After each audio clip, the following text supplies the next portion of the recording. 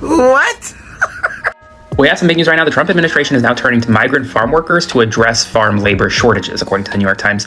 No, I'm not making this up. After conducting mass deportation of said migrant farm workers at the beginning of his second term, they're now trying to get them back, essentially. So the Trump administration is now turning to an alternative source, making it cheaper for farmers to hire immigrant farm workers on temporary visas. These changes specifically impact the H-2A visa program. And under the new changes, the Trump administration, has now adjusted how wages paid to H-2A farm workers are calculated, essentially lowering the hourly rates anywhere from $1 to $7 in some states. And farm owners can now include housing as part of the compensation package provided to guest farm workers. They're reducing wages of farm workers in an effort to try to hire more migrant farm workers. That's brought a lawsuit from the Farm Workers of America saying that essentially it adversely harms American farm workers by lowering their wages or pushing them out of the labor pool entirely. That's called sharecropping.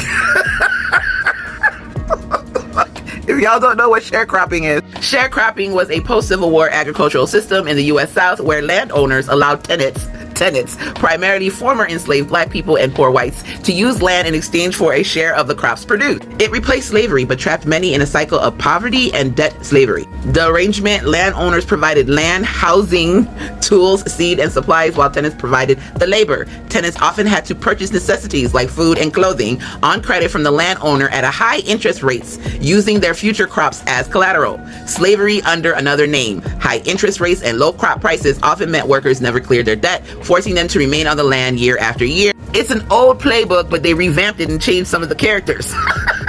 You did this whole thing, mass deporting all of these migrant workers. So now they don't want to go to work because they're afraid that if they go to work, here comes your Gestapo. Now you're telling them, those who have left, come back under this visa. We gonna pay you $1 to $7 below the minimum, below the minimum wage in America. The farmers get to pay you between $1 and $7 a fucking hour, and they may or may not give you housing. But I'm sure if they give you housing, they're gonna take that off of your pay. Sharecropping. Food? You need food? No problem. We'll give you $50 to go get groceries, but you gotta work 100 hours to pay us back. This is the same fucking shit.